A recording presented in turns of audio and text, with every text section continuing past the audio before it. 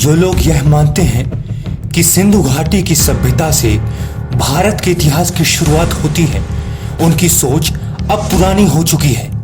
ऐसे लोग गुजरात समुद्र के भीतर द्वारिका नगरी के मिलने के साक्ष्य को नकार सकते हैं। अब उन्हें कुमारी कंदम के अस्तित्व को भी नकारने की ताकत जुटानी होगी। आज से 100 या 50 साल पहले इतिहास को जानने के स्रोत कम थे। उस काल में लिखी गई इतिहास की किताबों को पढ़कर ही अब इतिहास को नहीं जाना जा सकता। हालांकि वो किताबें हमारे ज्ञान का आधार जरूर हैं। वैज्ञानिक कहते हैं कि गोंडवाना नामक एक द्वीप के टूटने से भारत, ऑस्ट्रेलिया और अंटार्कटिका का निर्माण हुआ। उस काल में भारत कैसा था, ये शोध का विषय हो सकता है, लेकिन हम बात कर रहे हैं आज से लगभग 15,000 वर्ष पूर्व के भारत की। 19वीं सदी में अमेरिकी और यूरोपीय विद्वानों के एक वर्ग ने अफ्रीका, भारत और मेडागास्कर के बीच जियोलॉजिकल और अन्य समानताएं समझाने के लिए जलमग्न हो चुके एक महाद्वीप का अनुमान लगाया और उसे लेम्यूरिया का नाम दिया। हालांकि इस दौरान एक और महाद्वीप खोजा गया जिसका नाम मु दिया गया। उसके बारे में हम बात नहीं करेंगे क्योंकि यह विषय बहुत ही विस्तृत है। जिस तरह वर्तमान में ग्लोबल वार्मिंग के कारण पृथ्वी पर कई विनाशकारी बदलाव होने की आशंकाएं जताई जा रही हैं, उसी तरह प्राचीन काल में एक बार ऐसा हो चुका है जिसके चलते लेम्यूरिया और मु नाम के दो महाद्वीप जलमग्न हो चुके थे। हालांकि वैज्ञानिक इस पर अभी शोध ही कर रहे हैं, किंतु विश्व के खोजकर्ताओं का दावा है कि इन दोनों महाद्वीपों पर सभ्यता काफी विकसित थी। कुछ खोजकर्ताओं, जिनमें प्रमुख थे फिलिप स्कॉल्टर, का यह भी मानना है कि मनुष्य की उत्पत्ति इन्हीं महाद्वीपों पर हुई थी। ये दोनों महाद्वीप किसी भूवैज्ञानिक हलचल की वजह से समुद्र के भीतर समा गए। जब से पृथ्वी बनी है तब से विनाश के कई चरण हुए हैं तथा कई प्रजातियां विलुप्त हुई। विश्व की सभी जातियों एवं धर्मों में प्राचीन महाप्रलय का उल्लेख मिलता है। केवल धर्म ही नहीं, भूवैज्ञानिक साक्ष्य भी पृथ्वी पर कई प्राचीन विनाशकारी हलचलों को दर्शाते हैं, चाहे वे भूकंप के रूप में हो या फिर ज्वालामुखी के रूप में या ग्लोबल वार्मिंग या हिमयुग के रूप में हो। आदिम जनजातियों में भी जल महाप्रलय का उल्लेख कहानियों के रूप में मिलता है।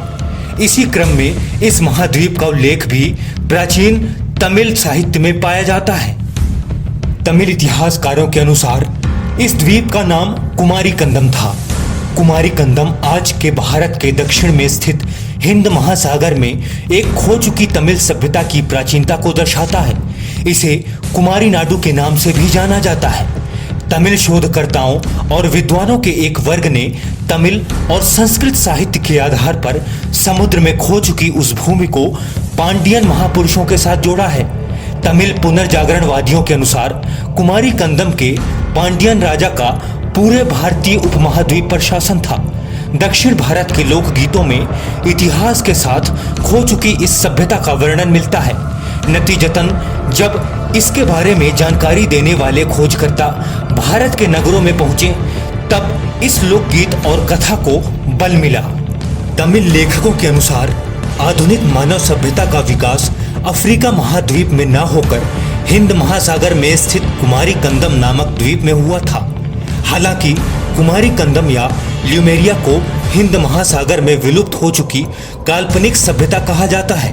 कुछ लेखक तो इसे रावण की लंका के नाम से भी जोड़ते हैं। इस महाद्वीप को ल्यूमेरिया नाम भूगोलवेत्ता फिलिप स्कॉल्टर ने 19वीं सदी में दिया था।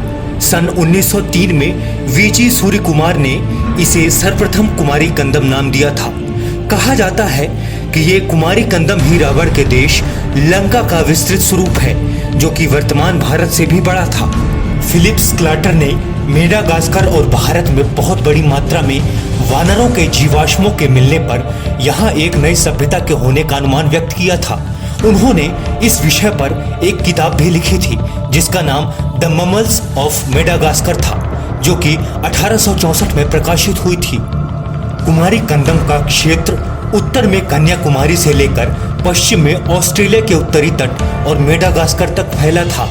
भूगोलवेत्ता A.R. वासुदेवन के शोधानुसार मानव सभ्यता का विकास अफ्रीका महाद्वीप में न होकर कुमारी हिंद महासागर के कुमारी कंदम नामक द्वीप पर हुआ था।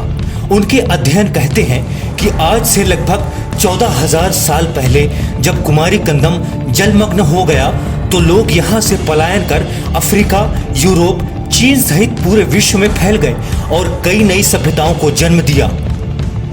राष्ट्रीय संस्थान में शोधकर्ताओं के अनुसार 14,500 साल पहले समुद्र का जल स्तर आज से 100 मीटर नीचे था और 10,000 साल पहले 60 मीटर नीचे था।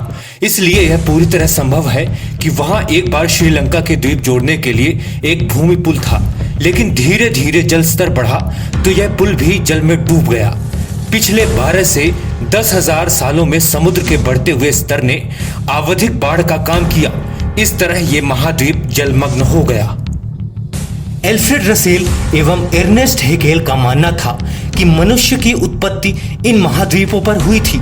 लेम्यूरिया शब्द लेमूर नामक जीव से आया, जो बंदर एवं गिलहरी का मिश्रित रूप है। लेम्यूर का मूल स्थान मेडागास्कर है, लेकिन यह भारत एवं मलाया में भी पाया जाता है।